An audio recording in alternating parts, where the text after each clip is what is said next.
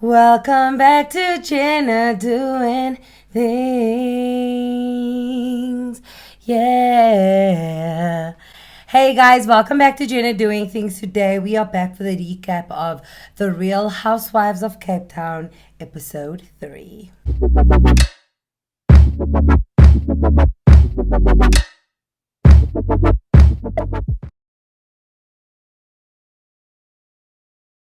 Today we get into episode 3, and before this we already had some allegations going around that Tato is an alcoholic and that she's also in an abusive relationship. This week we get an announcement that there might be a permanent +1 to all of the Real Housewives events, and we finally see the 120,000 Rand 1-year-old birthday party. We start the episode with Mrs. Leo and her kids. Her husband is once again MIA, and she says, you know what, I'm used to it. I'm just going to do this photo shoot by myself.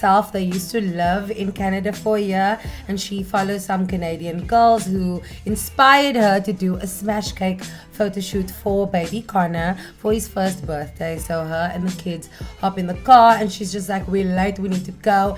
I want to pause for a second here to just discuss her video diaries look. I really wish I could take screenshots off the DSTV app, but I can't.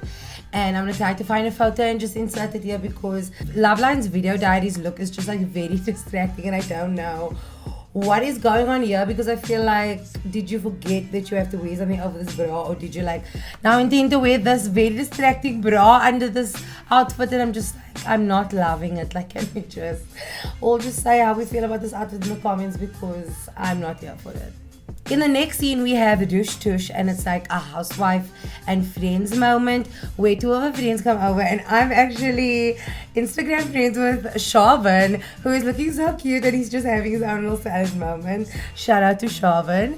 And they are just three besties. They're just talking about periods being in sync, like that's how close they are.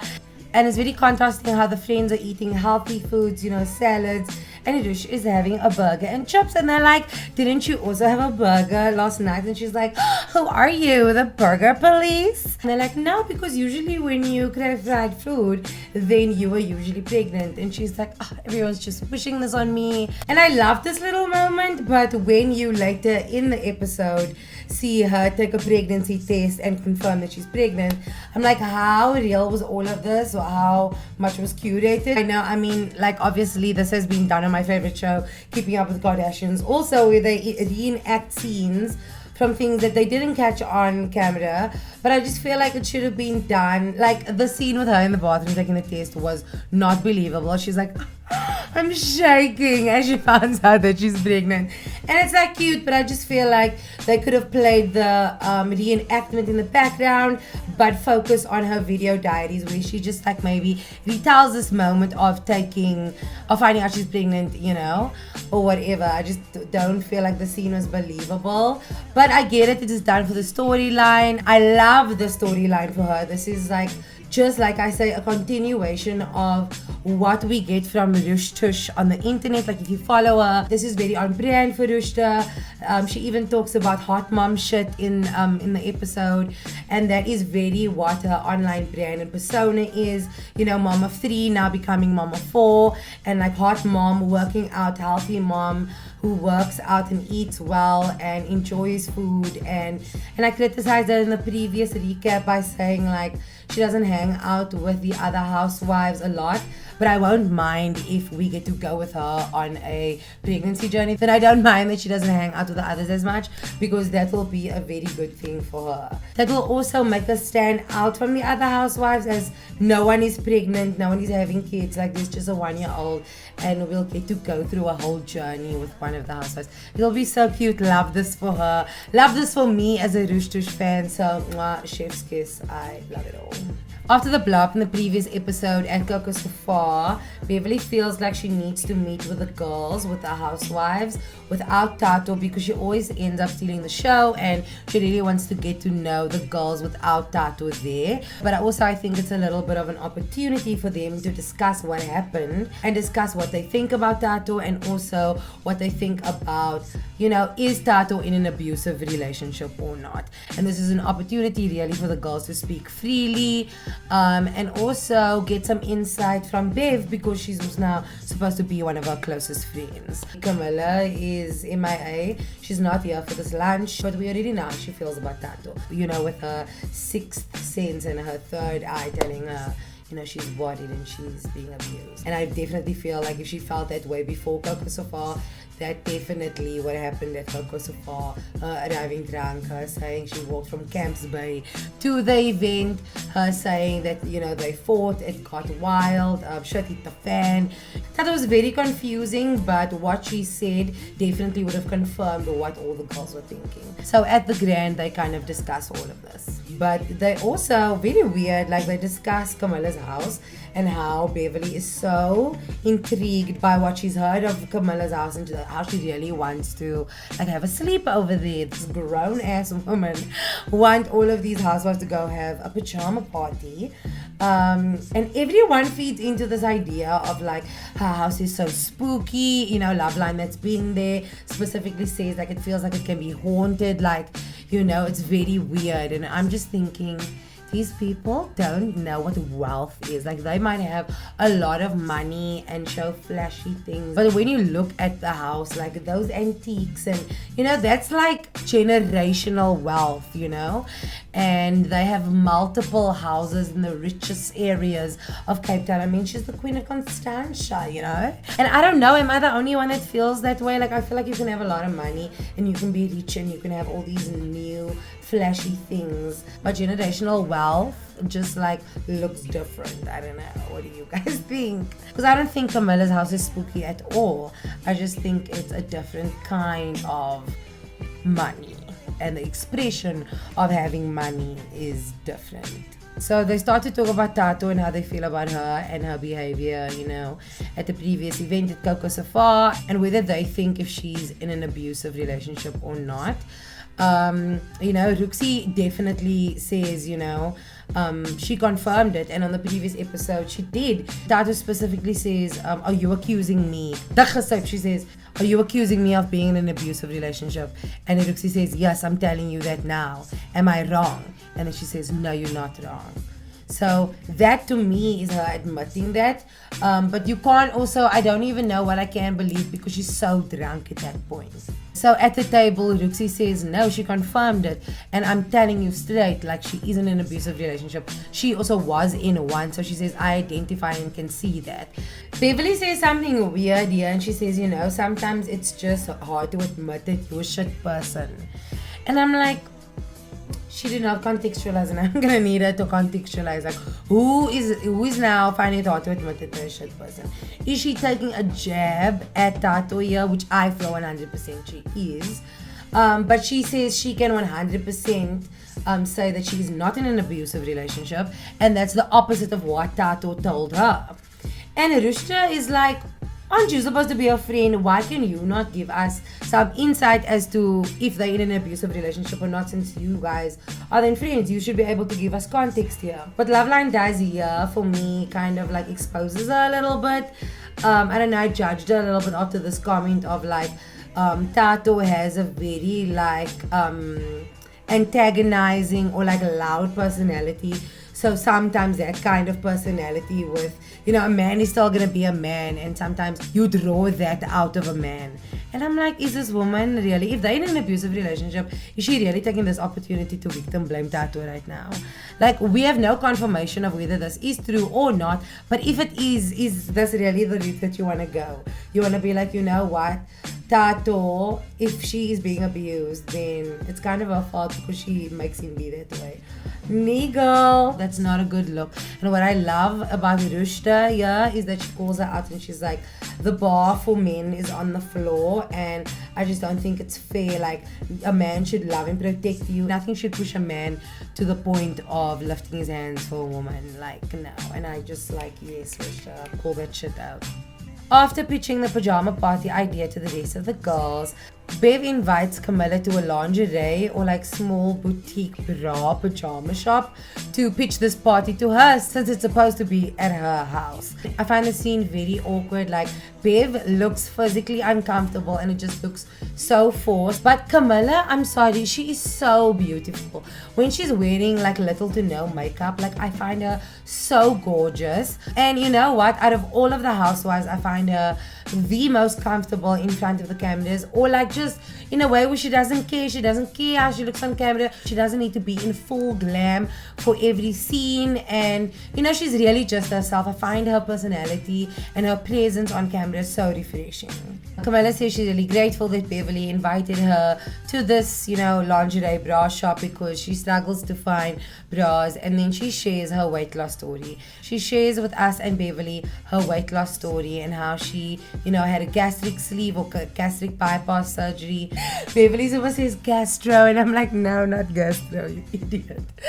She even shares a picture of how she looked before her dramatic weight loss, and you would not say like that's the same person at all. And I commend her for sharing the story. I love that she's being open and honest about everything, and this is, you know, what we need to see from the housewives in the first season. You really get to know them, have them be open and honest about everything, because if you aren't, then it is going to turn into a storyline that can expose you. So I love that she's sharing this, and I hope that this entire setup wasn't really just, you know, set up for the story to come out or whatever, because this shop looks very weird in the background. Like, there's no, what shop is this even? It's just racks. Like, where is this, guys? This is not giving glamour. This is not giving I have money. Like, where are we right now? I was very excited for this next scene after seeing how Tato opened up to Ruxie during the high tea in the previous episode. I really thought that, you know, and Ruxie was really set up to believe that this was going to be, you know, a time where they can bond one-on-one, kind of trauma bond about them being, you know, abused women in abusive relationships, and Ruxie could kind of help and guide and support her as Tato in her mind is still, you know, going through it or in the thick of it in a relationship. So Ruxie's under the impression that, you know, that's the basis that we're going on. We already established that that's the kind of relationship that you're in. But at the heart to heart, I don't know where they meet, someplace like on the waters, you just see the ocean in the background, and at this heart to heart, Tato completely changes her story.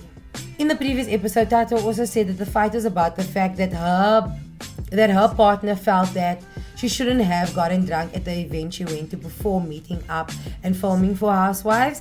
And remember, I still say, like, I kind of agree about that. And now she's saying that the alteration instead of the altercation wasn't physical, and she actually didn't walk all the way from Camps Bay.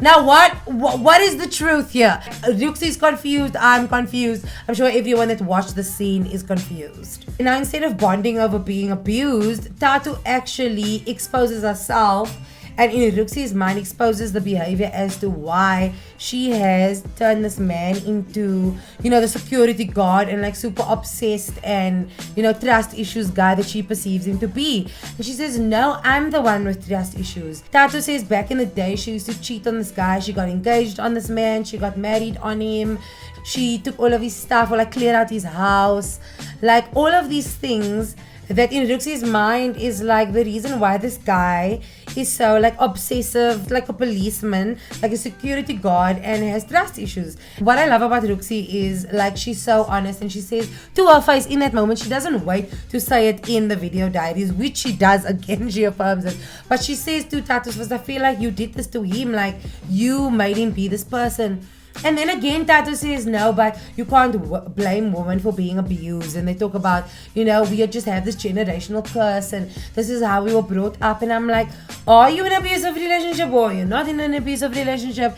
Is it abusive but it's not physical? You are now saying that, you know, you're not in an abusive relationship. Like, what is it? And now we have had two different episodes where, you know, two different conversations with Ruxie where Tato always said two very different things. She is being abused, but she's not being abused.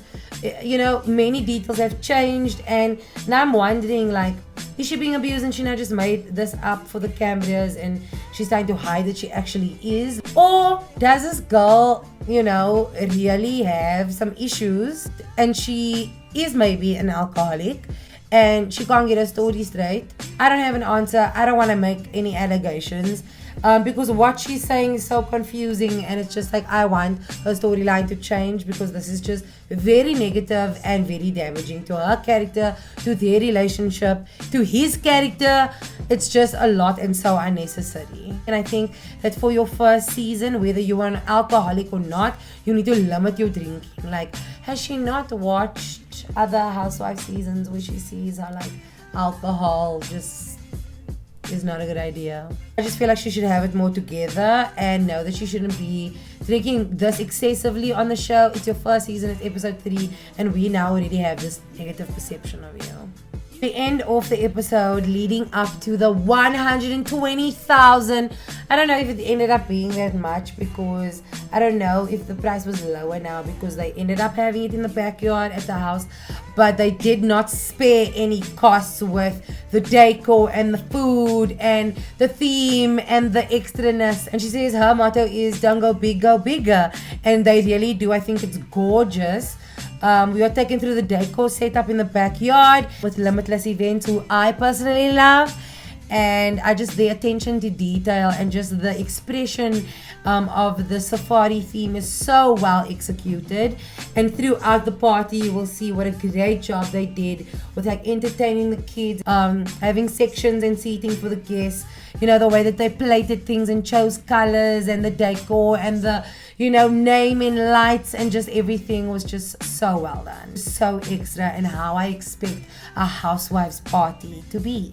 There was stupid filler scene here with Camilla in the lead up to Connor's birthday party, and I don't know if it's because she missed the lunch or because she's trying to be so dramatic that we have to have this stupid scene, because she comes out and she brings like her 2 helpers and business partners to, you know, basically pick out an outfit for her. And instead of like your usual outfit that we see like the kid or the helper or whoever go through the closet, she comes out and makes them sit down, and she brings like a hired lion costume. And I'm just like, are you really gonna do this? But just the way that she wants to execute this is like so dramatic. Like, this is a kiddies party, and I just wish that if she was gonna do this, I like how dramatic she was. I love that she didn't wear this outfit for the whole party, but I just feel like then you should have listened to your helpers who told you didn't wear the mask, because that ruined it for me. It was like such an ugly mask, and I was like, nee girl, she should have done fire hot. I like the boots, but they could have been plain black with the black waist belt. But then I felt like she should have had long, like lion's mane. She has golden, you know, locks, and with glam. Like, not this mask. I didn't like it. Back at the Leo's, Loveline is picking out an outfit in her closet, which I love. Like, this is how I want to see the housewives prepare, in their wardrobes. You now have it there on display, so come, let's film there. She is picking out an outfit for her because she hasn't picked yet, and her husband is there mad because the MC is going to be late and needs to cancel, and he needs to find someone new. And he's also throwing a tantrum because what she has picked out for him to wear, because he can't pick out an outfit for himself, is not good enough. And he eventually has this Fendi outfit that he wears, and I love the dress that Loveline picks out for herself. Like, I don't know what it is, but I have like a love-hate relationship with Loveline's fashion, because it's like a hit and miss for me. But when she does it, she does it well. The dress is beautiful. It's not on theme for the safari, but she looks gorgeous. Finally, the party starts and we see the kids have fun, the adults have fun, the alcohol is on full display. The Leos have not spared a cent to put out the best that there is for their guests, and I just love to see it. This is a disgusting, you guys know I love a good disgusting display of wealth, and this is it. The housewives arrive one by one, and Beverly is obviously first, and she came like she is on what is that, Jumanji? You know how they dress like full on safari in like khaki shorts and a shirt and a hat, and she's wearing 2 pairs of beach bronze leggings because her legs just look way too tight, but her skin is so good now. I wouldn't put it past her. Like, I had to look twice if she was wearing stockings or not, but someone confirmed to me. I actually had to ask someone's opinion. Tato and her son arrive, and immediately like babies being salty with each other, and I'm just like, everything is just confirming that you guys aren't really friends, or that you guys don't really like each other. Ruxie arrives, and for someone who's been Miss Leo's friend for 16, 17 years, this is the first time that she is seeing Connor in the flesh, and she says, I'm finally ready to see him, and I would not miss this for the world. And then Camilla arrives in this lion costume and this mask on her face, and she's just so dramatic. The girls love it, but I'm just so glad she goes to change. And into this outfit where her tits are literally looking like they're about to fall out. And I'm just like, yes, it's fine. You have your body back, body positivity, live your best life. Like, I love her energy. She doesn't give a fuck. Like, she doesn't care. Like, are my boobs about to fall out? Yes. But am I gonna flaunt them nonetheless? Yes. Am I gonna live my best life and twerk it up here with Tato? Yes, I am. I love her free spirit. She's having a ball of a time. She makes no excuses. She's just fun all the time. And she doesn't care. She's not stiff like fucking Beverly, who will not get up and shake her ass and makes weird comments about my daughter can twerk better than black girls. Lol, it's actually quite embarrassing. Like, what was the need for that comment? Then we have a taste of Nigerian culture, and Connor gets a money shower, and this is a Nigerian tradition. The money spraying symbolizes a showering of happiness, good fortune, and a display of affection. This is amazing. Can I also please partake in this cultural tradition, because amazing. This child is getting dollars thrown at him, and I love to see it. In the next episode, we can look forward to Beverly inviting all the girls on a yacht.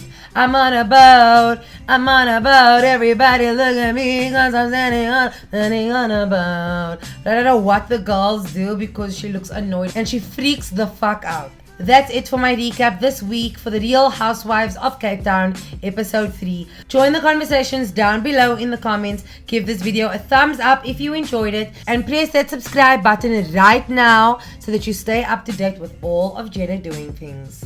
Thank you so much for watching. Bye.